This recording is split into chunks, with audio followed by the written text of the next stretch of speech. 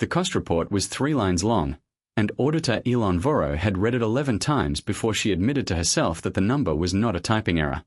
412,000 credits a year.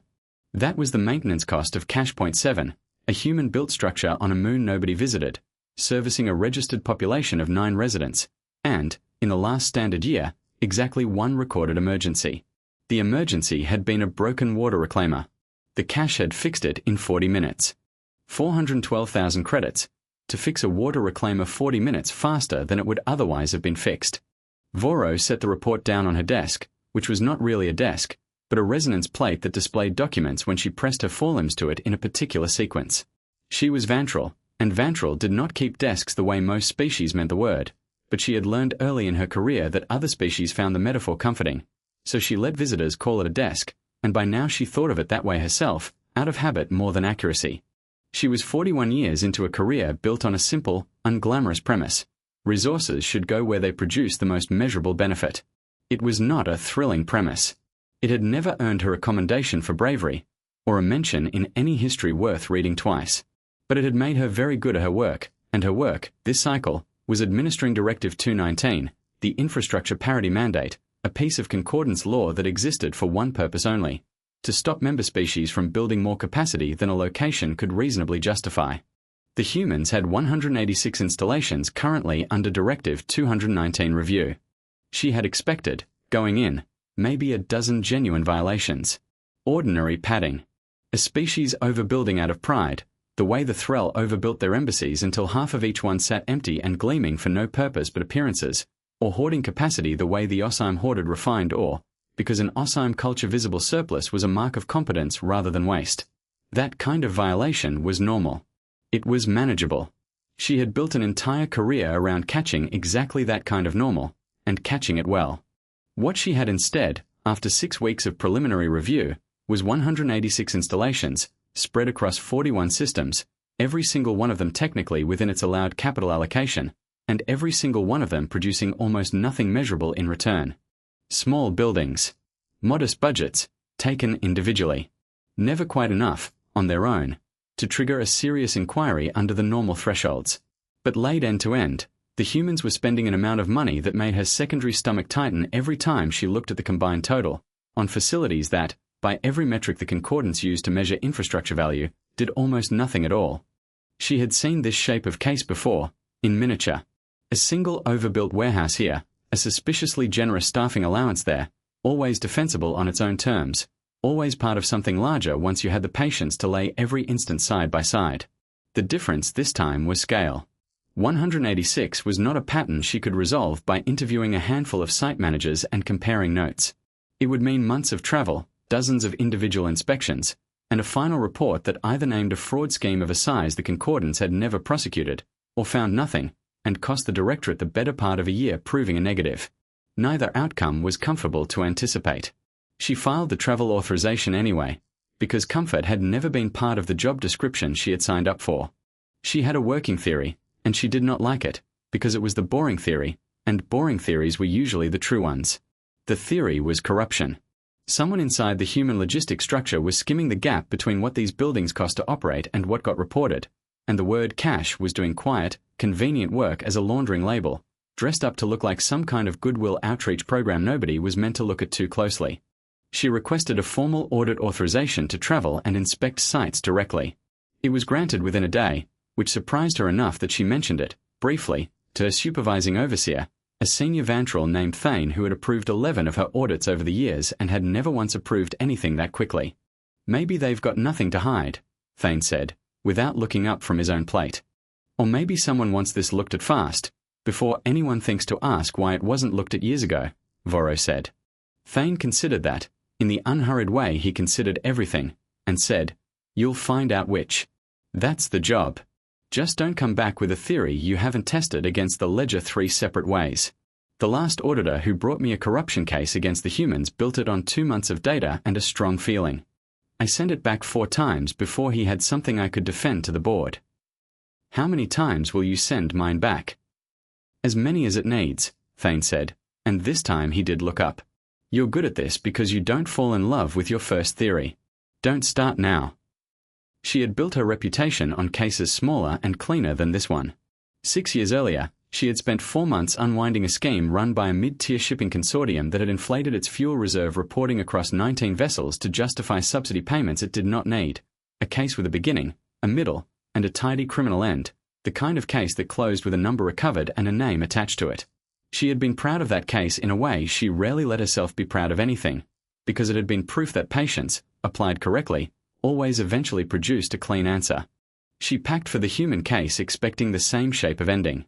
An 11-hour transit to a moon that, by any economic measure she had ever been trained to apply, was not worth 11 hours of anyone's time, and she told herself, the whole way there, that she was simply doing her job well, that somewhere in this data was a name and a number waiting to be found, the way there always had been before. She believed that completely. She would look back on the belief later with something between fondness and embarrassment, the specific embarrassment of a person who had been extremely good at reading one kind of pattern and had needed an entire disaster to learn there was another kind. The moon was called Dune's Rest by the 9 people who lived there, named after the small, quick, burrowing species who had settled it 4 generations back, and it looked, from orbit, exactly like the kind of place Directive 219 existed to protect against overbuilding. Thin atmosphere, breathable only with supplementation. No mineral wealth worth the extraction cost. A cluster of prefab domes around a water table that froze solid twice a year and had to be drilled open again by hand. Cache Point 7 sat half a kilometer from the domes, low and grey and unremarkable, exactly the kind of building Voro would not have looked at twice if she had not been sent there specifically to be suspicious of it. A human met her at the outer airlock. Not a diplomat, not a logistics officer sent to manage the optics of an inspection. A technician, young by human standards, with grease worked into the creases of her knuckles and an expression of mild, genuine confusion at having a concordance auditor arrive unannounced on a moon that received maybe 4 visitors a year. "You're here about the cash," the technician said, once the pressure had equalized and the inner door slid open. Her name, according to the manifest Voro had pulled on the way in, was Mara Colt. "Nobody's ever here about the cash. Is something wrong?" "I am reviewing its cost efficiency," Voro said.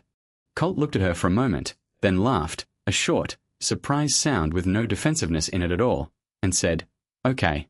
Sure. Come in, it's cold out here, and colder in about 4 minutes when the wind shifts." Inside, the cache was smaller than its budget line suggested it should be.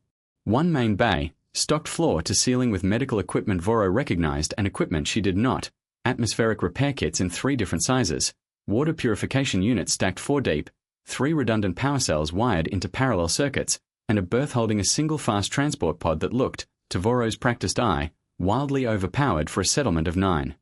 Why does a population this small need a transport pod rated for interplanetary range? Voro asked, running a scanner along its hull out of habit. Colt considered the question with the seriousness of someone who had never actually had to justify it before, because nobody had ever asked. "It's not really for the settlement," she said. "The settlement's fine, mostly. Water reclaimer breaks about twice a year. We fix it, that's the whole workload. The pod's rated that far because Dune's Rest happens to sit on the way to about 11 other places that don't have anything like this at all. If something goes wrong out past the Kethri Belt, this is the closest working repair station for almost 40 light hours in any direction." Voro looked at the ledgers scrolling across her handheld display, then at the pod, then back at Colt, who was watching her with the patient, faintly amused expression of someone used to explaining something obvious to people who had never had reason to find it obvious.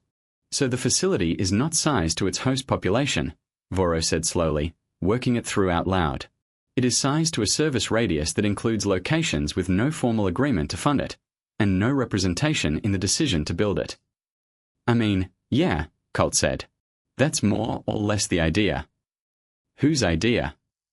Colt shrugged, wiping her hands on a rag that had clearly given up being cleaned sometime in the last decade. "It's just how we build these. Has been for a long time. Longer than me, anyway." That was the entire explanation. Voro waited for something more to follow it, the way she waited during formal hearings for a witness to fill an uncomfortable silence with something incriminating. Colt did not fill it. She went back to recalibrating a pressure sensor on the wall, unbothered, as though the silence cost her nothing at all, and after a moment offered Voro a cup of something hot and bitter that turned out, unexpectedly, to be quite good. "You don't get many visitors," Voro said, mostly to have something to say. "We get exactly the right number," Colt said. which is almost none, until it isn't. Voro filed the visit under requires further investigation and moved on. She spent the next 4 weeks touring 12 more sites, each one a variation on the same theme with a different accent to it. At a cache orbiting a Threll refining platform, she found a facility staffed by an older human named Osei who had rebuilt half the equipment himself out of salvage rather than requisition new parts, because, he told her, requisitions took 9 weeks to clear and he preferred not to explain to a grieving family why a part had still been in transit. At a third site, wedged into a supply waypoint 2 jumps from the nearest human colony proper, she found a facility that had, according to its logs, gone 11 years without a single activation, its equipment cycled and recalibrated on a maintenance schedule so meticulous it looked, on paper, like the single most wasteful entry in her entire audit. The technician there, a quiet woman named Bering, showed her the maintenance logs without being asked and said, when Voro finally put the obvious question to her, that 11 years of nothing happening was the entire point, and that the day it stopped being nothing was the only day anyone would remember the facility existed at all. Bering's facility had, in fact, been slated for a routine efficiency review of its own the previous cycle, a review that had recommended reducing its staffing from 1 technician to a rotating remote monitoring contract with no permanent presence on site. Bering had appealed the recommendation twice, in writing, using almost exactly the same language Colt would use to Voro months later, and had won on the second appeal only because a more senior logistics officer, reviewing the file personally, had written a single line in the margin that the site's own records still carried unofficially. Some things are worth staffing badly rather than not staffing at all. Doesn't it bother you, Voro asked her, spending a career maintaining something that might never be used? Bering considered that for a while, coiling a length of cable around her forearm with the unconscious efficiency of someone who had done it 10,000 times. You ever maintain a fire suppression system in a building that's never caught fire? I am not familiar with the analogy. It's not really an analogy, Bering said. It's just the job. At a 5th site, a busy transfer station humming with freight traffic from 6 different species, she found something closer to what she had originally expected to find everywhere, a cache large enough to justify its budget on volume alone, staffed by 4 technicians instead of 1, its bays cycling through minor injuries and equipment failures almost daily. She had nearly filed the whole visit as unremarkable when the shift supervisor, a broad-shouldered man named Okafor, mentioned in passing that the facility kept a standing reserve of atmosphere processing units far beyond anything the station's own risk profile called for. Station doesn't need that much reserve, Voro said. Its own hazard modeling puts you 3 tiers below the threshold that would justify it. Sure, Okafor said.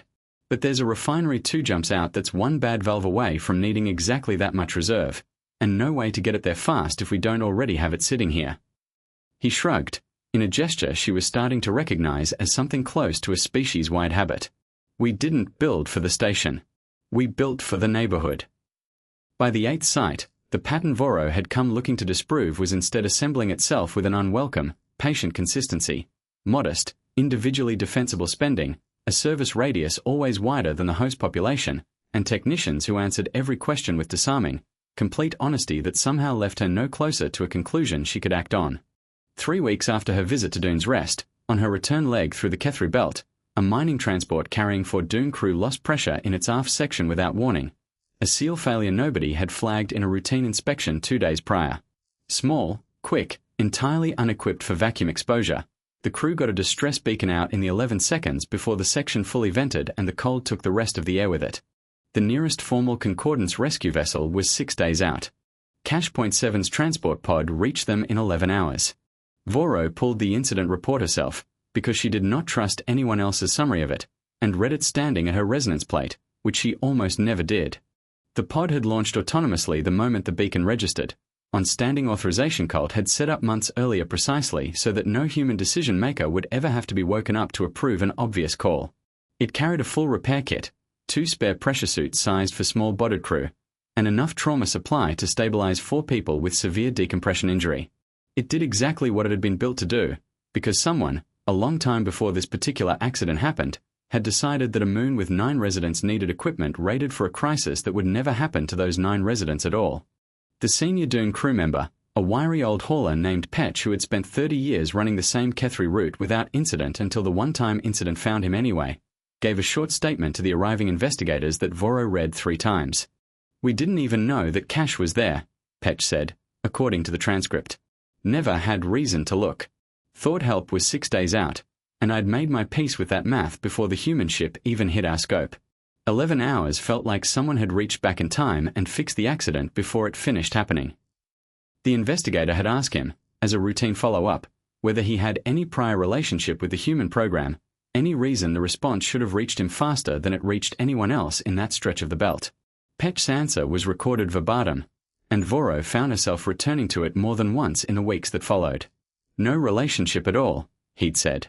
Never spoke to a human in my life before that pilot's voice came over my suitcom telling me to stop thrashing so she could get the seal patched. Didn't seem to matter to her that we'd never met. She talked to me the whole ride back like she'd been expecting to talk to me for years. Voro flagged the incident as anecdotal in her working notes. One data point did not disprove a systemic waste problem, she told herself. It simply meant that the waste had, on this occasion, produced an unusually good outcome, the way an overbuilt bridge occasionally survives a load nobody expected and gets praised for luck rather than criticized for excess. She believed that when she wrote it, she would reread the sentence many months later with an embarrassment she never entirely got past. She requested a formal meeting with the human office responsible for cash oversight. It was granted within days, again faster than protocol usually allowed, and she found herself, 8 days later, seated across a narrow conference table from Director Priya Anand, who ran what the humans called the Diaspora Continuity Office, a name Voro had assumed, before meeting her, was diplomatic flourish for something smaller and more mundane than it turned out to be. Anand was unremarkable to look at, by the human standards someone had once tried, badly, to explain to her, neither young nor old, dressed without ornamentation, hands folded together on the table in a posture Voro would later realize she associated, without quite knowing why, with someone who had braced for a blow long ago and simply never stopped bracing. I have reviewed 186 installations, Voro said, laying the summary between them. All individually within Directive 219 limits. All producing minimal measurable return relative to cost. I would like to understand the funding logic behind this program. It isn't a program, Anand said. Not in the sense you mean. There's no single office that designed it from the top down at some point in time. It's closer to a standard. Every human settlement past a certain distance from core infrastructure builds toward the same minimum floor of self-sufficiency and service radius. Has for a long time. Longer than the concordance has known us, if you want the honest answer. That does not answer the funding question. The funding answer is that we pay for it, Anand said, out of general revenue. It's budgeted the way you'd budget road maintenance, or a public water supply. Nobody asks whether a road produces sufficient measurable return for the specific households nearest it. You build the road because the alternative is a settlement that can't reach help in an emergency, and you accept that most days the road just sits there being unremarkable. 400,000 credits a year for a facility serving 9 residents is not a road, Voro said. It is a facility built for a service radius that includes populations with no formal contribution to its cost, no vote in its placement, and no disclosure of the criteria used to choose it. That is a subsidy extended without consent from its beneficiaries. I would like to know why it exists in this specific, unaccountable form. Anand was quiet for exactly the length of time that suggested she was choosing her next sentence with unusual care, the kind of pause Voro had learned, across 4 decades of hearings, to read as either guilt or grief. She still could not tell which this was. Because, Anand said finally, we don't get to know in advance who's going to need it. That is not a policy justification. That is a sentiment. It's both, Anand said. It doesn't stop being one just because it's also the other. You said the beneficiaries never consented, Anand added, before Voro could move on. That's true. We never ask them. I want to be honest with you about why. If we asked every settlement along a supply route whether it wanted to be included in a service radius it didn't know existed, most of them would say yes, out of simple self-interest, and a few would say no, out of principle, or pride, or a bad experience with some other species idea of charity. And then we'd have gaps. Deliberate ones, chosen by people who had no way of knowing, at the time they chose, whether the gap would ever matter. We decided a long time ago that we'd rather carry the discomfort of not asking than the certainty of a hole in the coverage that someone eventually falls through. That is a significant decision to make on other species' behalf without their knowledge. It is, Anand said, without flinching from it. We know that. We've never pretended otherwise internally, whatever it looks like from outside. Voro pressed for specifics across the next hour, internal siting criteria, decision trees, the formal process by which a given moon or mining lane was chosen over another. She received, in every case, an answer that was direct and complete and somehow left her with nothing she could file as evidence of anything. Anand did not evade the way a witness with something to hide evades. She answered every question head-on, and Voro walked away with the distinct, uncomfortable sense that she had been handed the whole truth and simply lacked, so far, the correct frame to recognize it as one. She left the meeting more suspicious, not less. A witness this composed under direct questioning, this willing to sit through it without legal counsel present, was either entirely innocent or extremely well rehearsed at appearing that way, and 41 years of practice had taught her that the second kind was far more common than the first. She did not yet know which this was. That uncertainty itself began to feel, over the following weeks, like the single most important fact in the entire investigation, though she could not yet say why it unsettled her the particular way it did. Back at the directorate, her preliminary summary drew attention faster than she expected. A rival auditor named Corvish, 3 grades her junior and hungry for a case with his name on it, requested access to her files and, when she declined, filed a formal complaint suggesting she was slow-walking an obvious fraud finding out of some misplaced sympathy for the species under review. Corvish had built a modest reputation on fast, aggressive findings, and had made no secret, in the department commissary, of his opinion that Voro's caution on the human case was less a matter of rigor than of something softer, something he implied without quite saying, the way junior auditors sometimes did when they wanted deniability. 11 weeks and no charges filed, he'd said to a colleague within earshot she was clearly meant to overhear. Either there's nothing there, in which case close it, or there's something there and she's letting it breathe so she doesn't have to be the one who says an entire species is running a scheme this size. I know which one I'd bet on. Thane called her an overit, not to reprimand her, but to ask, in his unhurried way, whether Corvish had a point. Do you think I'm slow-walking it? Voro asked. I think you're the most methodical auditor I've supervised in 20 years, Thane said, and I think you've spent 11 weeks on a case you originally estimated would take 3, and I think the reason isn't sympathy. I think it's that the numbers keep refusing to resolve into the shape you expected, and you don't know yet what shape they're actually making. That's not slow walking. That's the job done properly. But you'll need to be able to say that to the board in those words, not mine. She went back to the pattern with that in mind, and stopped forcing it into the shape of a corruption case. She mapped all 186 sites onto a single chart, something she should have done in the very first week and had not, because she had been hunting financial irregularities rather than geographic ones. Laid out together, the caches did not cluster around human territory the way a self-serving infrastructure investment would. They spread outward, well past the edges of confirmed human settlement, into regions occupied by a dozen other species, strung along corridors she recognized, once she looked at them as a system instead of a list of line items, as trade and mining routes. Supply halls. The unglamorous connective tissue of the concordance economy that nobody thought about until it broke. Every cache sat within response range of at least one route that had no formal emergency infrastructure of its own. She sat with that fact longer than she wanted to admit. Then she did something technically outside the scope of her audit authorization. She pulled 10 years of incident logs from every registered emergency channel within range of the 186 sites and cross-referenced them against cache activation records. There had been 411 activations in 10 years. 380 of them had involved non-human crews. She had come looking for a corruption scheme. What she now had in front of her looked, uncomfortably, like the largest unadvertised emergency response network in the concordance, built and maintained at a permanent loss, by a species that had never once submitted a formal proposal to any council for recognition, funding, or credit for any of it. She ran the total cost of all 186 sites against the total value of all 411 activations, using every valuation method Directive 219 permitted, and could not make the arithmetic close in the network's favor under any of them. By every method she had ever been trained to trust, the humans were losing this trade continuously, across 4 decades, against a return that would never, on paper, justify the outlay.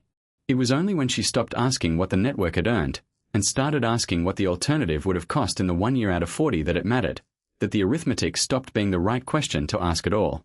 She thought again about the way Anand had answered her, complete and direct and somehow evasive anyway, not because anything had been hidden from her, but because the true shape of the thing was too large and too strange to fit inside the kind of tidy answer a hearing panel would accept as sufficient.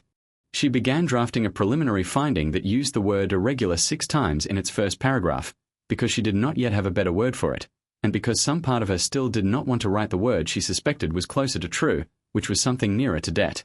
She flagged one small detail for later follow-up and then, in the press of everything else, mostly set it aside. 3 cache sites, all near the edge of scheduled decommission, had continued full operation past their authorized sunset date, on the standing personal authorization of a single technician whose name appeared, on all 3 files, as Mara Colt. She thought little of it at the time. In 6 weeks, she would think of almost nothing else. The oral ring was, by every measure Directive 219 cared about, an exemplary piece of infrastructure. A mining habitat built around a captured planetesimal in the Catrins drift system, home to 11,000 OSI miners and their families, its structure optimized down to a tolerance that made Vantral engineers uneasy and OSIM engineers quietly proud. The OSIM built things lean. It was a point of cultural honor among them. Redundancy, in OSIM thinking, was a kind of confession that you had not calculated correctly the first time, and a proud engineer calculated correctly. It had been the OSIM trade delegation, for years earlier, who filed the original formal complaint against Cache Point 7 and 11 sister sites, a written objection accusing the human program of wasteful sub-optimal capital deployment inconsistent with concordance efficiency norms. Foreman Dresk Ilvain, who had overseen the oral ring's outer manufacturing tier for 19 years and had helped draft the technical annex to that very complaint, kept a printed copy of it in his personal effects, not out of spite, but because he still believed every word of the engineering argument it made. He was not a cruel man. He was, by any fair account, a very good foreman, careful with his crews, exacting with his tolerances, proud in the specific quiet way of someone who has built something difficult and built it well. On the evening the fracture came, he was walking the shift change with 2 junior crew chiefs, a young engineer named Fenn who reminded him uncomfortably of himself at that age, and an older hauler called Ovies who had spent that same shift complaining, with real affection, about how the ring's central kitchens kept running out of the good root broth by second meal. It was, by any ordinary measure, an unremarkable evening. Ovies had been telling a long, meandering story about his granddaughter's first day assigned to the refinery tier, the kind of story Dresk had heard some version of 100 times from 100 different haulers over 19 years and never once minded hearing again, and Fenn had been half listening, half checking a tolerance reading on a support column that would, within the hour, become the least of anyone's concerns. Dresk remembered thinking, in the last clear thought he had before the world changed shape around him, that he ought to file a complaint about the broth himself, and that Ovies's granddaughter sounded like she'd do well on the refinery tier, and that 19 years in, he still genuinely liked this job, on ordinary evenings like this one. The structure fractured along a stress line that no engineer, human, OSIM, or otherwise, had modeled as a credible failure mode. It cascaded through 4 habitat sections in under 2 minutes, sections built to a specification so precise that they had almost no structural margin left to absorb a shock outside their design envelope. 11,000 residents. No time to organize an evacuation through normal channels. The ring's own emergency systems, engineered lean and exact and not 1 gram beyond specification, buckled under a failure mode outside their tolerance and went dark within the first 90 seconds, along with most of the ring's ability to even coordinate where the worst of the damage was. In the ring's central control tier, 3 levels up, a young systems officer named Calo Evren was 3 hours into a shift she would later be able to recall only in fragments. She had flagged the anomalous stress reading 20 minutes before the fracture, a fluctuation so small the system's own tolerance filters had nearly discarded it as sensor noise, and had spent those 20 minutes trying to decide whether it was worth escalating a concern that every model she had access to told her was almost certainly nothing. She was still drafting the escalation report, unsent, when the spine went. Fenn did not survive the first collapse. Ovies did, barely, dragged clear by Dresk with a strength he did not know his own carapace still had in it at his age. Dresk himself took a support strut across his lower body in the effort and did not fully understand, for several minutes, that he had. Voro was reviewing the closing section of her preliminary findings, 3 days from formal submission, when the alert reached every channel at once.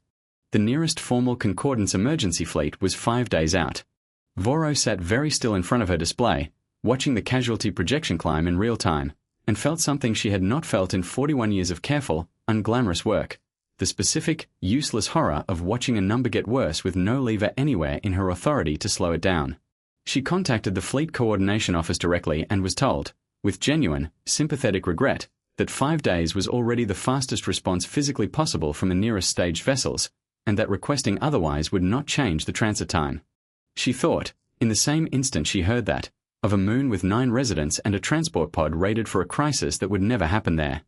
She pulled the cache map with hands that were, for a Vantral, unusually unsteady. There was exactly one cache within response range of Katrin's drift. It was smaller than Cache Point 7, sized originally for a modest mining lane traffic pattern that nobody had expected to ever need more, and it had been formally scheduled for decommission 8 months earlier, its funding line quietly cut in a budget cycle that had, in fact, cited Voro's own preliminary audit as partial justification. It should not have still existed. Voro opened the site's activation log with her forelimbs not entirely steady, an unfamiliar sensation for a Vantral of her seniority, and found that it had been kept running, past its authorized sunset date, on the standing personal continuing authorization of technician Mara Colt, who had apparently spent the better part of 8 months quietly, repeatedly arguing that the decommission order was premature, without ever escalating the argument loudly enough for anyone above her to formally overrule it. The cache launched its full emergency capacity within 4 minutes of the Oral Ring's distress signal reaching it. Every rated transporter had. Every suit in inventory. Every drop of breathable reserve. Colt herself flew the lead vessel, because there was no time to wait for a second qualified pilot to suit up, and the comm log recorded her requesting, calmly, over an open channel, that the Ring's surviving command staff begin sorting the wounded by section rather than by injury severity, because sorting by severity assumed more time than any of them had left to spend on the question. Dresk, half-conscious in a collapsed maintenance corridor with a support strut across his lower carapace and a dead crew chief beside him, heard a human voice on the emergency channel before he heard anyone else's, calm and unhurried in a way that made no sense given what the sensors must have been showing her, giving instructions in accented but clear trade standard about pressure seals and triage staging that sounded, to a man who had spent 19 years engineering things down to the gram. Like someone who had run this exact scenario in her head more times than she would ever admit to. He did not know, yet, that the voice belonged to someone from the very program he had helped argue should not exist. Voro watched the response unfold across every feed she could pull, official and unofficial, the resonance plate in front of her lit with more raw data than she had processed in a single sitting in her entire career. It was not enough on its own. She understood that immediately. One underfunded cache, built for a fraction of this scale, could not close a gap this size alone. 300 residents, perhaps 400, could plausibly be reached before the 5-day formal fleet arrived. 11,000 people were inside that ring. Then the second wave of transports arrived. Not from Katrin's drift. From 2 systems over, a full day's hard burn away, human-registered vessels that had launched, according to their own logs, the moment Colt's activation signal went out on a monitoring channel that human infrastructure across the sector apparently watched as a matter of standing practice, without being asked, without a request routed through any formal concordance emergency authority. Then a third wave, further out still, smaller ships from smaller caches, none of them individually rated for a disaster of this size, all of them arriving anyway because arriving anyway was, apparently, simply what they did. Voro sat and watched 11 separate human response networks, spread across 4 systems, none of them large enough alone to matter, converge on a single dying habitat ring in a coordinated rescue that no single human authority had ordered, because none of them had needed to be ordered. Each one had simply done what its local cache existed to do, and the caches, spread wide and cheap and individually unremarkable exactly the way Directive 219 required them to be, had turned out to overlap into a combined reach that no single facility's budget line could ever have predicted, or justified, on paper, in advance. Callow of Wren, the systems officer who had spent her last clear 20 minutes deciding whether an anomaly was worth escalating, spent the next 18 hours doing the only thing left within her authority, patching together a partial map of the ring's surviving sections from whatever sensors had not gone dark, and feeding it to the human vessels over an open channel because it was faster than routing it through any formal chain of command that still technically existed but had stopped functioning as one. Colt used every update Callow sent without once asking who she was or what authority she was operating under, and Callow would say afterward, to anyone who asked, that it was the first time in the entire crisis that a piece of information she'd offered had been used within the same minute she'd offered it, rather than reviewed, confirmed, and filed. In the third wave, a small human transport out of a Cache 2 systems distant reached a residential section that the Ring's own systems had marked, incorrectly, as fully evacuated. It was not.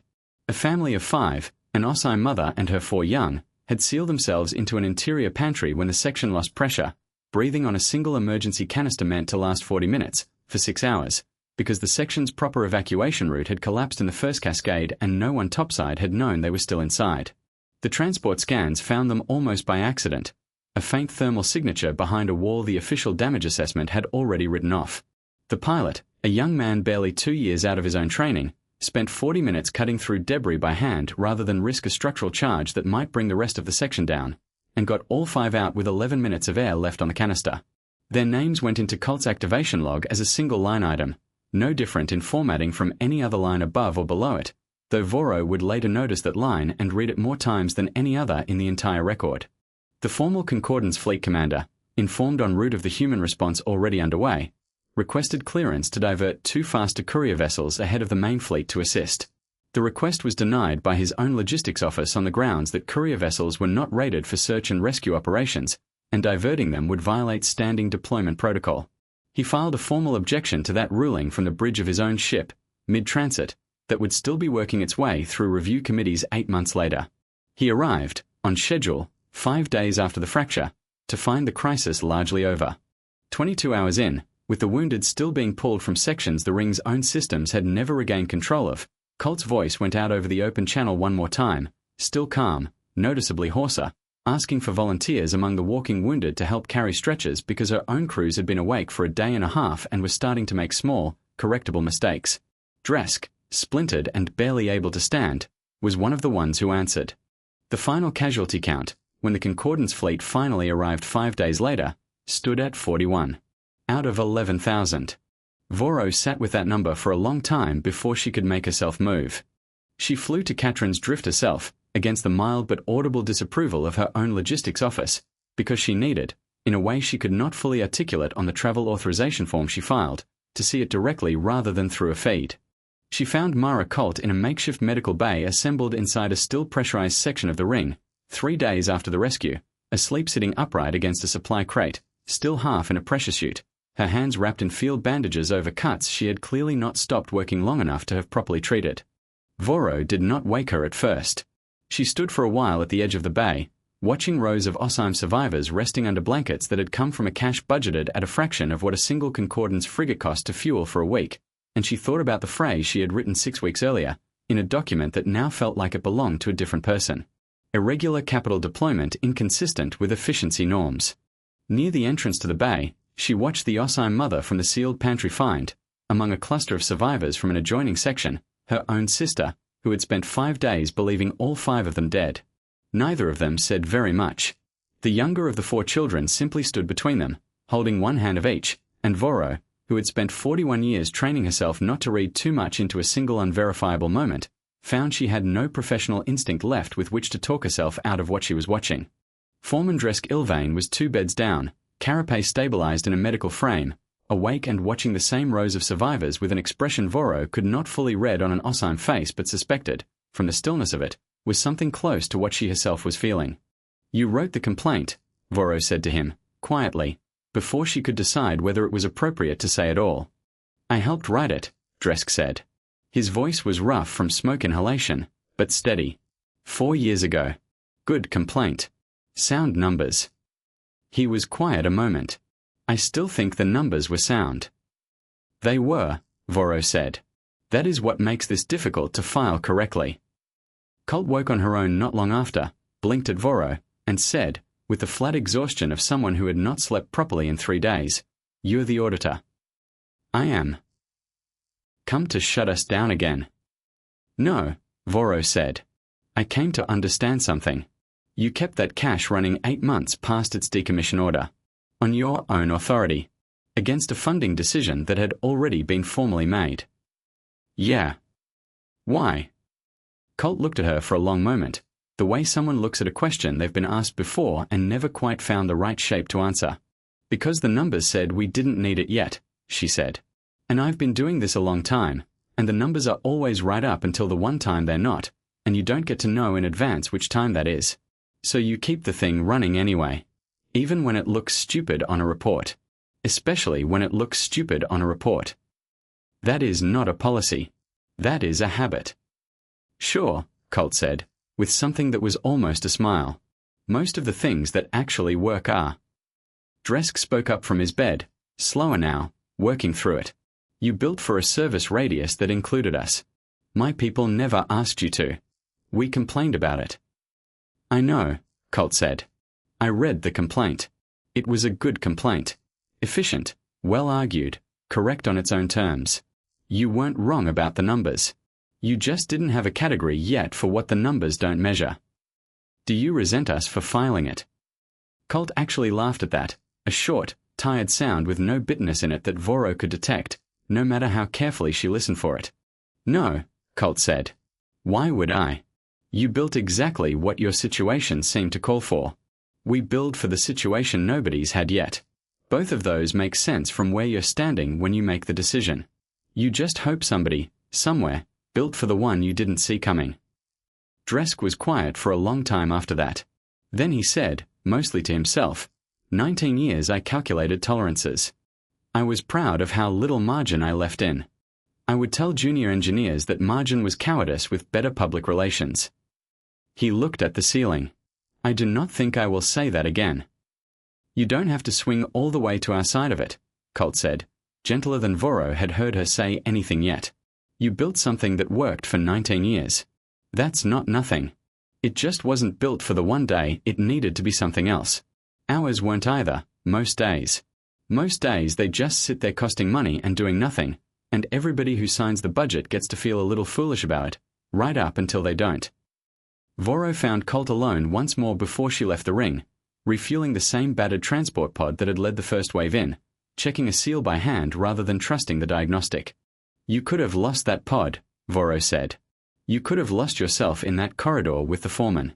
You did not know, when you launched, that it would be enough. No, Colt agreed.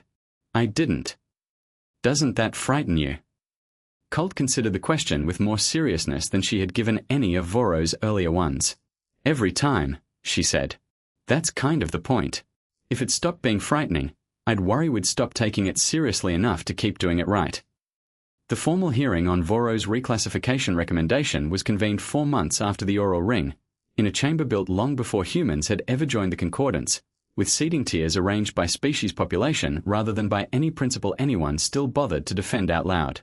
Voro presented her findings standing at the lowest tier, which was, by long custom, where any petitioner not formally seated as a council member delivered testimony, regardless of rank.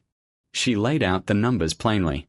186 installations, 411 activations in 10 years, 380 involving non-human crews. A combined annual cost that, framed against any single crisis, looked indefensible, and framed against the oral ring alone, looked like the cheapest insurance any civilization had ever purchased without knowing it was buying anything at all. The OSIM delegate who rose to respond was not Dresk, who held no formal council standing, but a senior trade representative named Corrivain, who had helped shepherd the original complaint through committee 4 years earlier and had lost none of the conviction that had put her name on it. The panel does not dispute the outcome, Corrivain said. The panel disputes the precedent.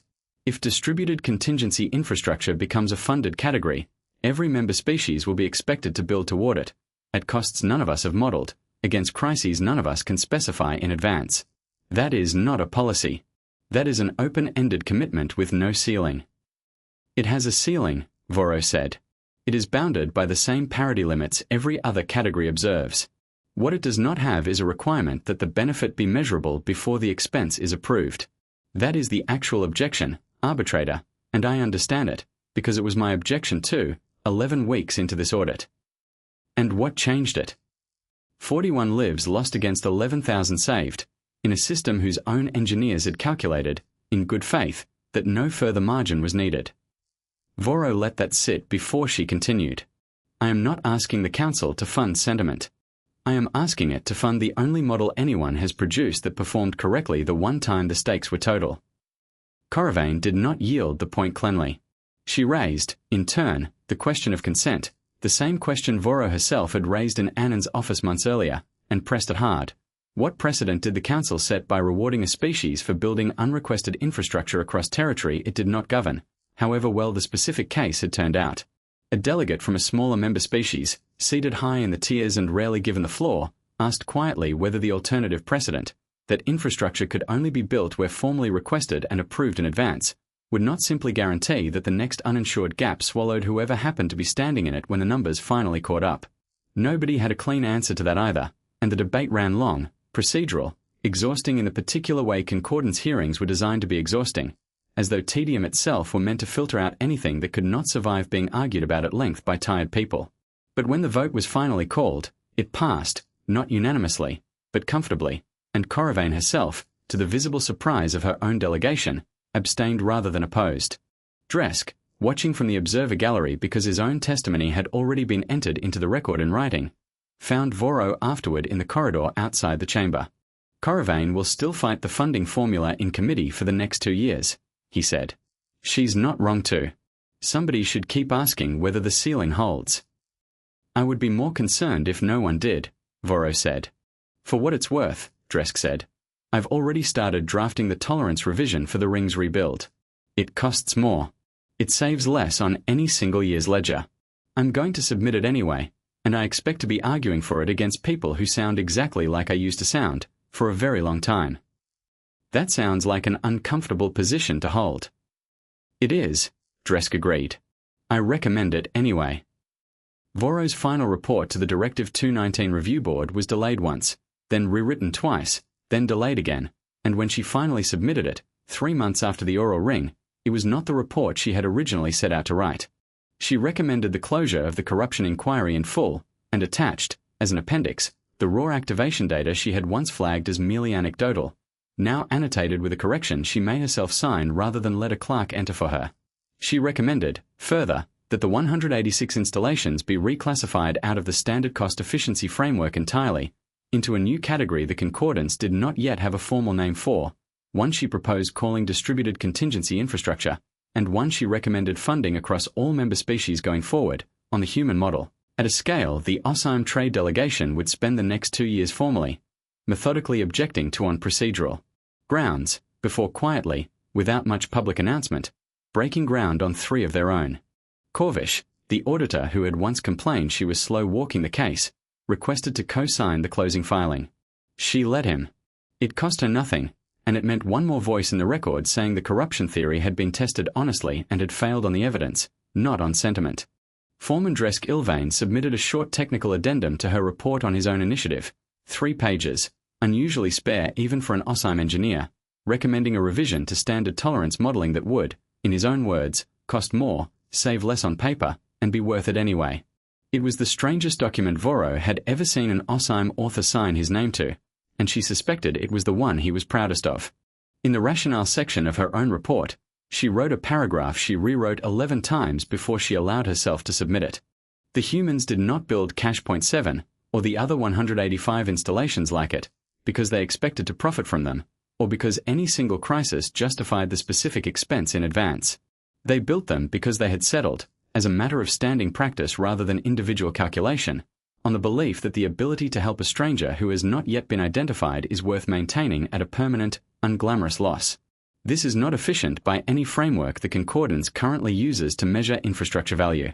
It should be adopted anyway, because the alternative, as the oral ring nearly demonstrated at a cost that came within 11,000 lives of being total, is a galaxy full of systems individually optimized to the specification they were given, and collectively unprepared for the one they were not. Thane read the final draft before it went to the board, longer than he needed to, and said nothing for a while afterward, which was, for him, its own kind of verdict. You could have filed this 3 months ago, he said finally. A simpler version. Closed the corruption case, left the reclassification question for someone else's cycle. I could have, Voro agreed. Why didn't you? Because the simpler version would have been true and incomplete, and I have spent 41 years believing those were the same thing, she said. They are not. Thane considered that for a long moment, and then did something she had not seen him do in 11 years of working under him. He signed the report without a single revision request, and told her, as he handed it back, that it was the best piece of work he had ever supervised, and that he hoped it would not be the last time she made him rewrite his own opinion of what auditing was actually for. She closed the file and sat for a while afterward with her forelimbs resting flat on the resonance plate, not reading anything at all, simply sitting with it. She thought about the moon with 9 residents, and a transport pod rated for a crisis that would not happen there, and the technician who had kept a facility running on nothing more than the quiet, stubborn conviction that the numbers were only right until the day they weren't. She thought about a foreman who had spent 19 years being proud of the margin he refused to leave, and who had, in the space of 2 minutes, learned something about margin that no amount of pride could have taught him in advance. She thought about the word Colt had used. Habit. Not a doctrine. Not a treaty article. Not a funding mandate handed down from some central authority with a name and a seal. Just a thing they did, over and over, in places nobody was watching, for people who would never know to be grateful for it in advance, because the entire point of it was that you built it before anyone knew enough to ask. She did not know if the humans had a single word for that. She suspected, from what little she now understood of them, that they probably did not need one. A year after the oral ring, on a routine follow-up circuit she had, by then, stopped pretending was strictly required by her role. Voro returned to Dune's Rest. The moon looked exactly as it had the first time, thin and grey and unremarkable. The domes clustered around a water table that had, she was told, frozen and been drilled open twice more since her last visit, without incident, without anyone beyond the 9 residents ever knowing or caring that it had happened at all. Cache Point 7 still sat half a kilometre from the domes, its budget line now filed under a category with a real name in the concordance ledgers, its transport pods still rated for a crisis that had, in the entire intervening year, once again not happened there. Mara Colt met her at the airlock, looking, if anything, more tired than the last time, and marginally more surprised to see her. "You're back," Colt said. "Nothing's broken. I checked before you landed, in case you were here about that." "I am not here about that," Voro said. "I wanted to see the number again. The one that started all of this. 412,000 credits, to fix a water reclaimer 40 minutes faster than it would otherwise have been fixed." Colt considered that, and poured her a cup of the same hot, bitter drink from the year before, which was, if anything, slightly better than she remembered it.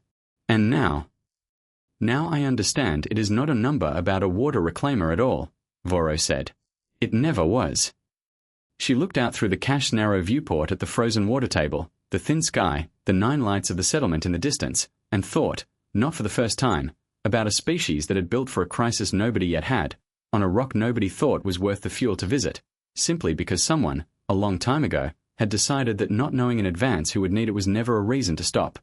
They just kept building it anyway, quietly, everywhere, at a loss, for exactly as long as it took someone to need it.